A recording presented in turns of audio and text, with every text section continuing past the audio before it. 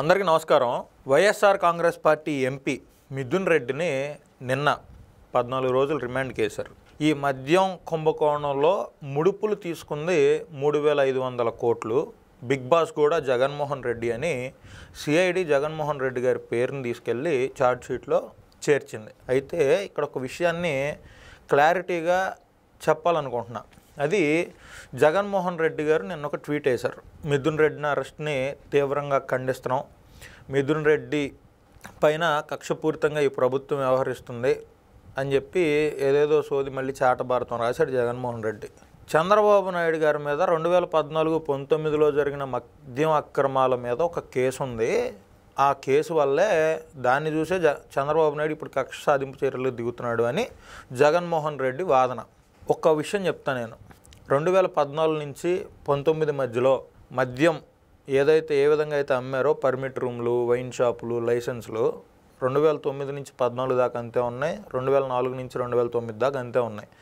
మద్యం యొక్క వ్యవస్థని పూర్తిగా చంద్రబాబు నాయుడు ఏమీ మార్చేలా, ఈ విషయం మీరు తెలుసుకోవాలి. ఇంకొకటి, నేను బెల్ట్ షాపులన్నింటినీ పూర్తిగా తీసేశాను అని జగన్మోహన్ రెడ్డి చెప్పాడు. మీరు మీ ఊళ్ళో చూడండి, అంతకు ముందున్న బెల్ట్ షాపు జగన్మోహన్ రెడ్డి వచ్చిన తర్వాత మూతబడిందా అనేది మీకు మీరు ఆత్మవిమర్శ చేసుకోండి. ఇంకోటి ఏం చెప్తాడంటే, నేను పన్నుల భారం పెంచడం వల్ల మద్యం తాగేవాళ్ళు తగ్గిపోయారు, రాష్ట్రానికి ఆదాయం పెరిగింది అని జగన్మోహన్ రెడ్డి చెప్పాడు. ఇప్పుడు మీ చుట్టుపక్కల చాలా చోట్ల మద్యం తాగేవాళ్ళు ఉంటారు, మద్యం ప్రియులు ప్రతి చోట ఉంటారు, వాళ్ళు లేని ప్లేస్ ఏం లేదు కదా. జగన్మోహన్ రెడ్డి 120 రూపాయలకు దొరికే మద్యాన్ని 250 చేస్తే మద్యం తాగేవాడు ఎవడన్నా ఒక్కడు మానేసినోడు మీకు కనపడ్డా? 50 రూపాయలకు దొరికే చీప్ లిక్కర్ని 150 రూపాయలకు అమ్మితే మానేసినోడు ఎవడన్నా కనపడ్డా?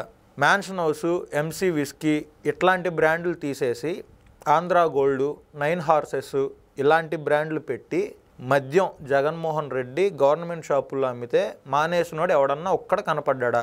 మరి జగన్మోహన్ రెడ్డి ఏంటి, నా వల్లే మద్యం తాగేవాళ్ళు తక్కువైపోయారు అని చెప్పే ప్రయత్నం చేశాడు.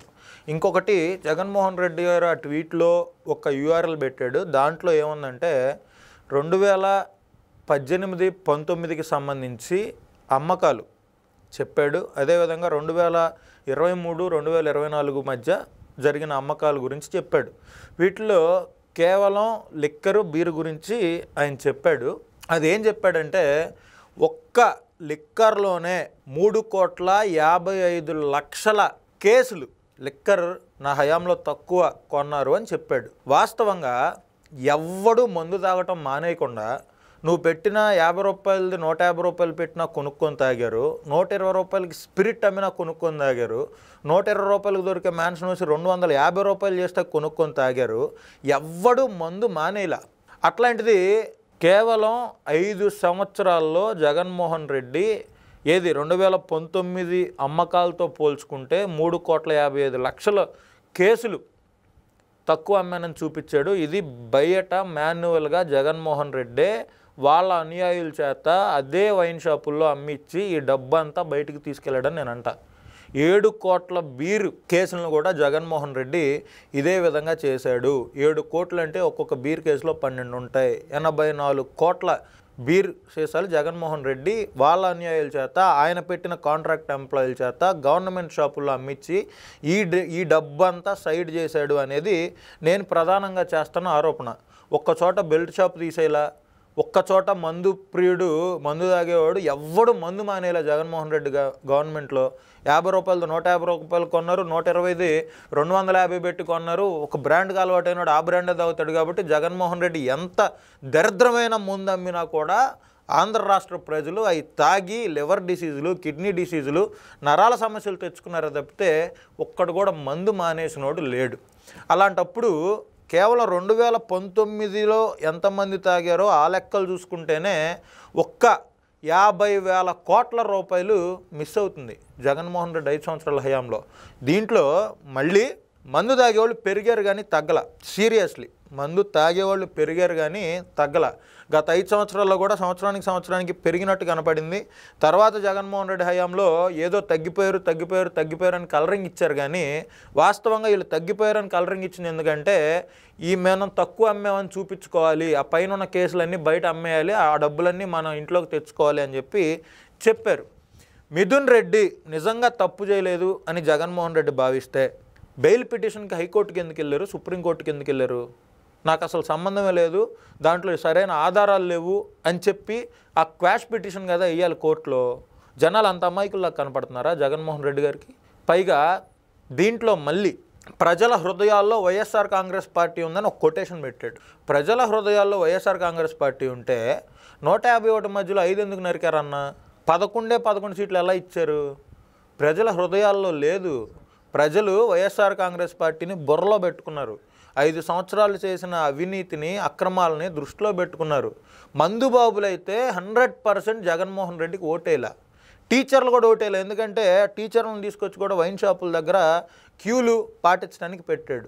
కరోనా సమయంలో కూడా ధన దాహానికి ఆంధ్ర రాష్ట్రంలో చాలామందిని మందు షాపులు ఓపెన్ చేయించి అక్కడ బారులు తెరిపించి అక్కడ స్కూల్లో పిల్లలకు పాఠాలు చెప్పే టీచర్లని ఆ లైన్ల మెయింటెనెన్స్ కోసం జగన్మోహన్ రెడ్డి వాడలేదా?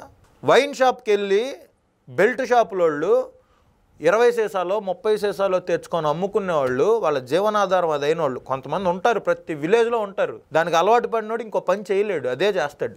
మీరు వద్దన్నా, మీరు లోపలేసినా, ఓ 10-15 కేసులు పెట్టినా, 1 సంవత్సరం లోపలేసినా, సంవత్సరం తర్వాత బయటకు వచ్చి కూడా అదే చేయగలడు, ఇంకోటి చేయలేడు. దానికి అలవాటు పడ్డాడు. వాస్తవం ఇది. ఈ 20-30 సీసాలు తెచ్చుకొని అమ్ముకునేవాడి దగ్గర సీసాకి 10 రూపాయలు ఎక్స్ట్రా వసూలు చేశారో లేదో మీరు గ్రౌండ్లోకి వెళ్ళి వైఎస్ఆర్ కాంగ్రెస్ పార్టీ నాయకులను అడగండి, గ్రామస్థాయి నాయకులను అడగండి.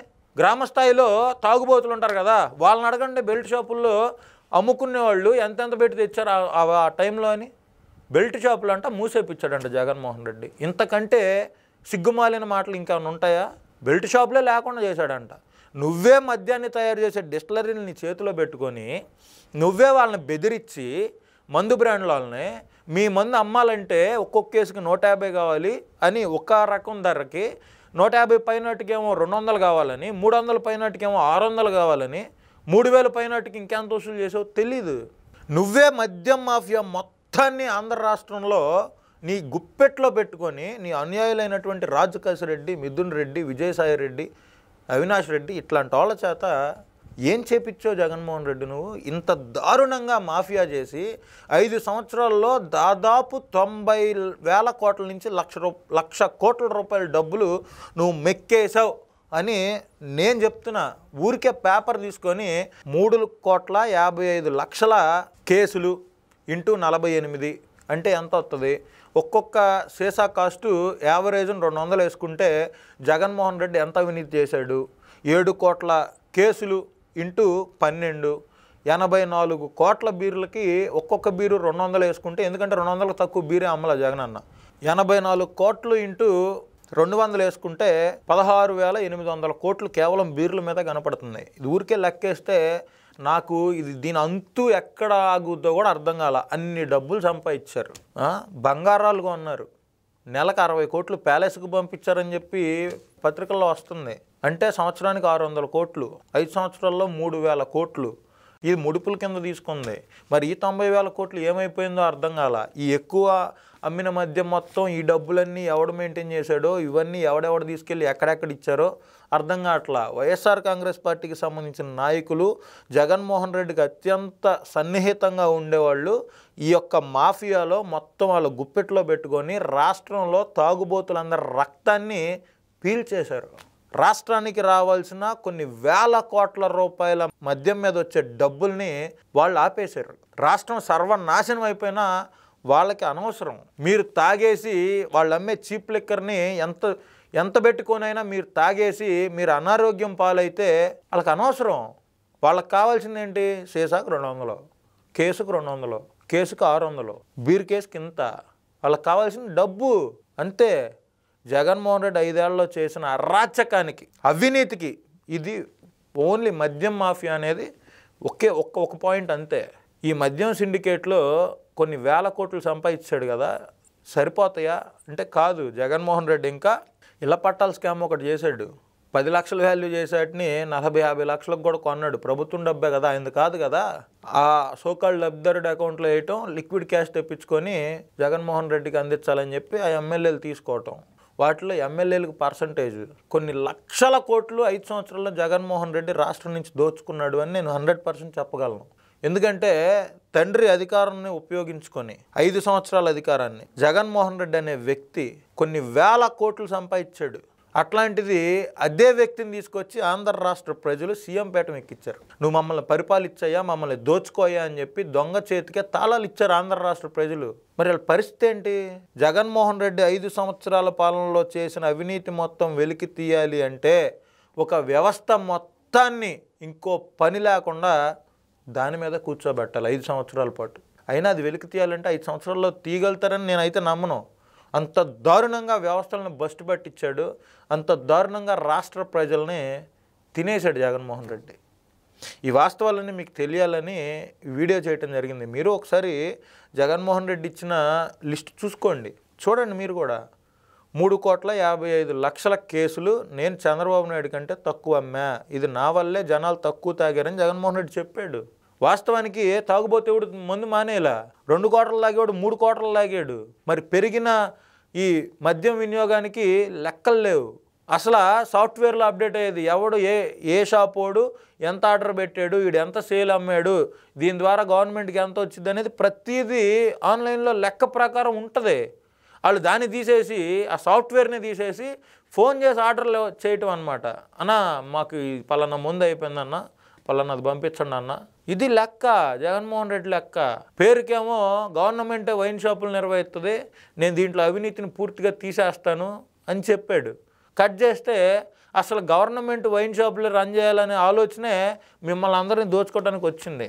నా ఊరికే ఒక ఉరామరిగా లెక్క అయితే 90,000 కోట్లు వచ్చింది. మరి ఇంకా ఎంత ఉంటుందో దాని లోతు, ఈ డబ్బులన్నీ తీసుకెళ్ళి జగన్మోహన్ రెడ్డి ఎక్కడ పెడుతున్నాడో, దానికి సహకరించిన వాళ్ళు ఇంకెంతమంది ఉన్నారో రానున్న కాలంలో ఖచ్చితంగా తెలవాలని, తెలిసిద్దని, ఖచ్చితంగా చట్టసభల్లో కూడా ఈ మద్యం మాఫియా గురించి, ఆంధ్ర రాష్ట్రంలో జగన్మోహన్ రెడ్డి హయాంలో జరిగిన లిక్కర్ స్కామ్ గురించి దేశమంతా మాట్లాడుకోవాలనేది నా ఒక కోరిక.